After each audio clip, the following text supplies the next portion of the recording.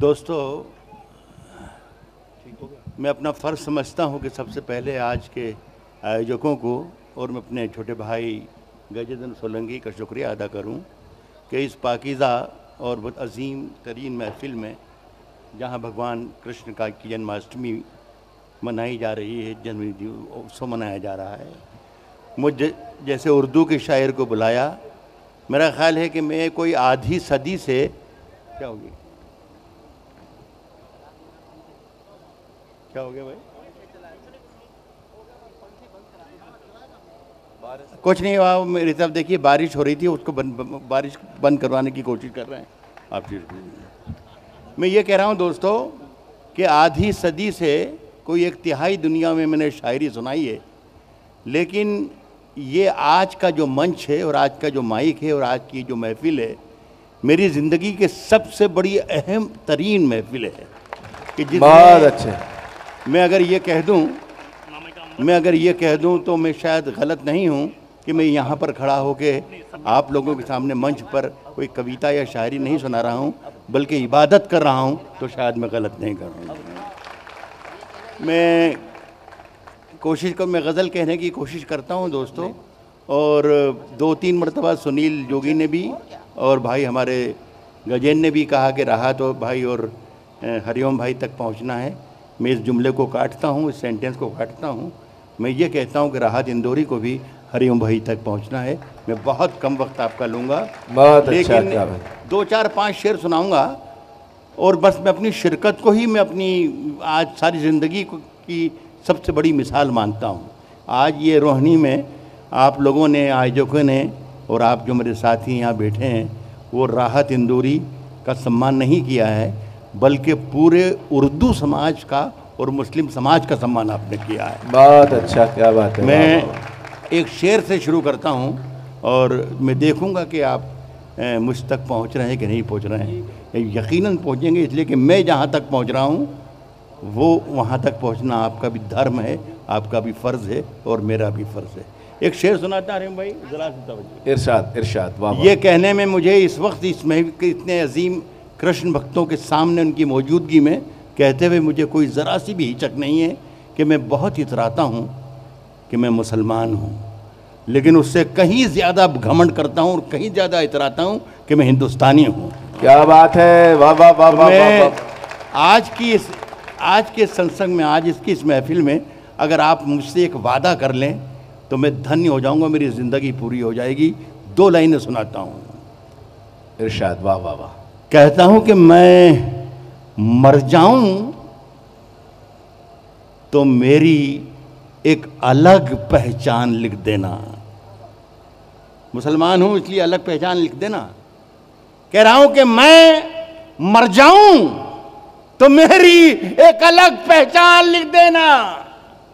लहू से मेरी पेशानी पे हिंदुस्तान लिख देना। क्या बात है, वाह वाह वाह वाह वाह वाह वाह वाह वाह वाह। मैं मर जाऊं तो मेरी एक अलग पहचान लिख देना। लहू से मेरी पेशानी पे। इसमें हरिओम भाई कोई जुगाड़ वगाड़ नहीं है, असली दिल से जो बात निकल। मेरे पास बहुत सी जुगाड़ें भी होती हैं हर किस्म की, मैं मतलब आपसे तालियां बजवा सकता हूँ। बस तो मैं बिल्कुल नहीं कहूँगा एक बार भी कि आप तालियां बजाइए या दाद दीजिए या तारीफ़ कीजिए, इसलिए कि अगर आप तालियां ना बजाएंगे तो भी मुझे मालूम है कि मैं बहुत अच्छा शायर हूँ। बढ़िया बात है, वाह वाह वाह वाह वाह। सुन के बता दीजिएगा तो मैं सुना के बताने की कोशिश करूँगा कि फैसला जो कुछ भी हो, फैसला जो कुछ भी हो मंजूर होना चाहिए। फैसला जो कुछ भी हो मंजूर होना चाहिए। जंग हो या इश्क हो भरपूर होना चाहिए। क्या बात है, वाह वाह वाह वाह वाह। फैसला जो कुछ भी हो मंजूर होना चाहिए। फैसला जो कुछ भी हो मंजूर होना चाहिए। जंग हो या इश्क हो भरपूर होना चाहिए। और कट चुकी है। देखिए गज़ल भी मोदी साहब से बात कर सकती है, लेकिन अपने अंदाज में करती है। आपको शरीक करके मैं कर रहा हूँ। वो सबने लोगों ने अपने अपने तरीके से मोदी साहब तक पहुँचे हैं, मैं भी बहुत ही मोहब्बत और बहुत झुककर, अपने सर को झुकाकर और हाथ जोड़कर एक शेर उनके लिए पढ़ रहा हूँ।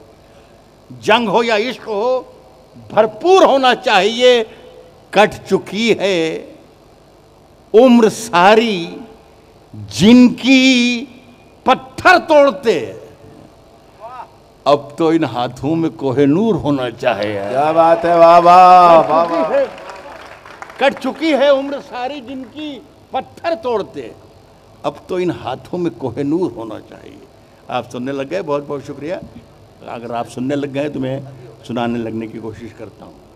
कहा है कि हम अपनी जान के दुश्मन को अपनी जान कहते हैं, हम अपनी जान के दुश्मन को अपनी जान कहते हैं, मोहब्बत की इसी मिट्टी को हिंदुस्तान कहते हैं। हम अपनी जान के दुश्मन को अपनी जान कहते हैं, मोहब्बत की इसी मिट्टी को हिंदुस्तान कहते हैं। और मेरे अंदर से मेरे अंदर से जो कुछ कह रहा हूँ सही कह रहा हूँ, मेरे अंदर से एक एक करके सब कुछ हो गया रुखसत, मगर एक चीज बाकी है जिसे ईमान कहते हैं। मेरे अंदर से एक एक करके सब कुछ हो गया रुखसत। साहब भगवान कृष्ण का जन्मदिन है आज, और उन्होंने पैगाम सिर्फ मोहब्बत और सिर्फ प्रेम और सिर्फ इश्क था। तो मैं इस रास्ते से आप तक कुछ थोड़ा सा गेर बदल के आता हूँ, कोशिश करता हूँ। सुनिए, ये जितनी मोहब्बतों से आपने सुना, मैं बहुत खौफ खा रहा था। मैंने कभी ज़िंदगी में मैं हिचकिचाया, डरा या मेरे पाँव नहीं लड़खड़ाए किसी भी महफिल में, सारी दुनिया में शायरी सुनाई, लेकिन पहली मर्तबा मैं यहाँ पर डर रहा था कि आज मुझे क्या सुनाना पड़ेगा। लेकिन आप शेर सुनने लग गए, मुझे बहुत अच्छा लगा। कह रहा हूँ कि तूफानों से आँख मिलाओ, सैलाबों पर वार करो।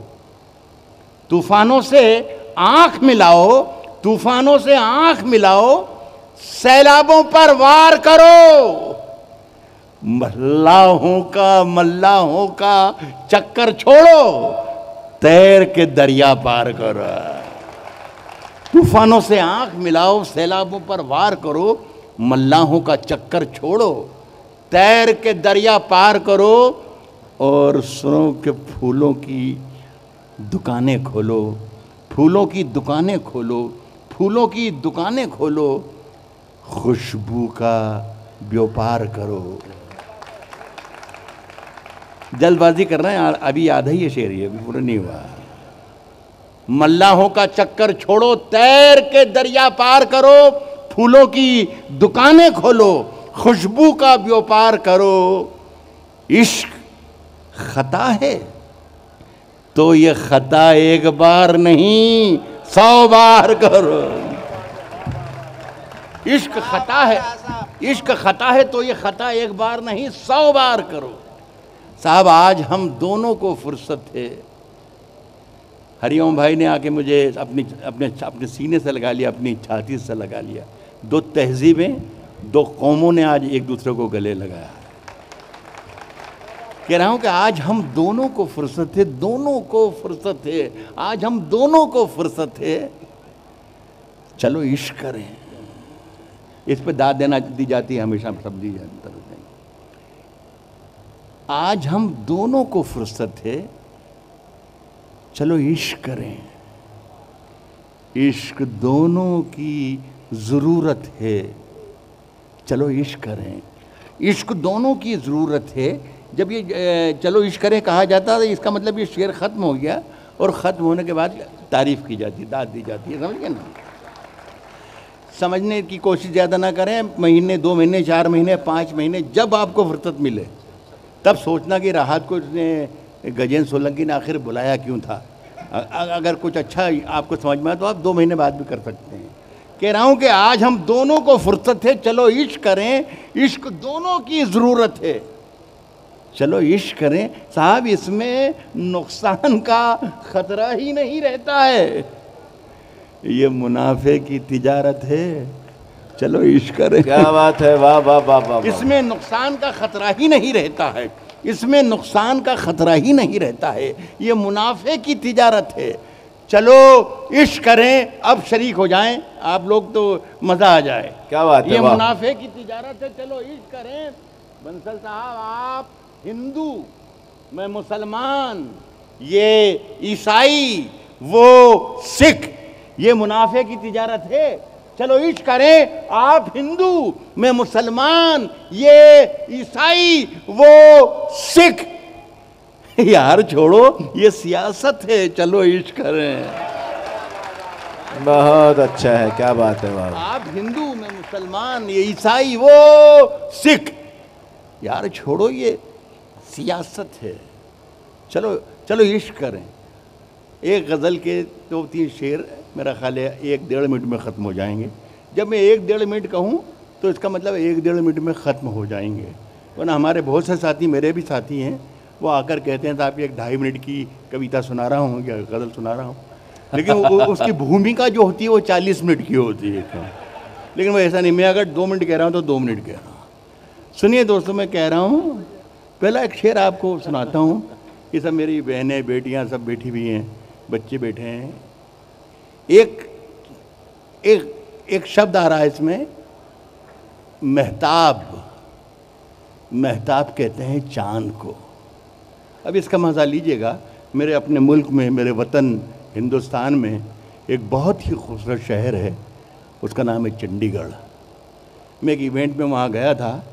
शाम के वक्त जब मैं निकला सड़क पर, रोड पर, तो मैंने देखा कि एक 5 फीट 8 इंच का एक महताब सामने से टहलता हुआ चला रहा है। तो मैं दंग रह गया देखकर साहब कि ये ज़मीन पर महताब टहलता हुआ आ रहा है। जब मैंने गर्दन इस तरफ फेरी तो देखा कि 5.5 फीट का एक इधर से चला आ रहा। फिर मैं चकरा गया, ये किस कवि की कल्पना का चमत्कार है। मैंने चारों तरफ देखा तो चारों तरफ महताब ही महताब, महताब ही महताब। मैंने 2 लाइनें लिखी दोस्तों, वो आपको सुनाता हूँ।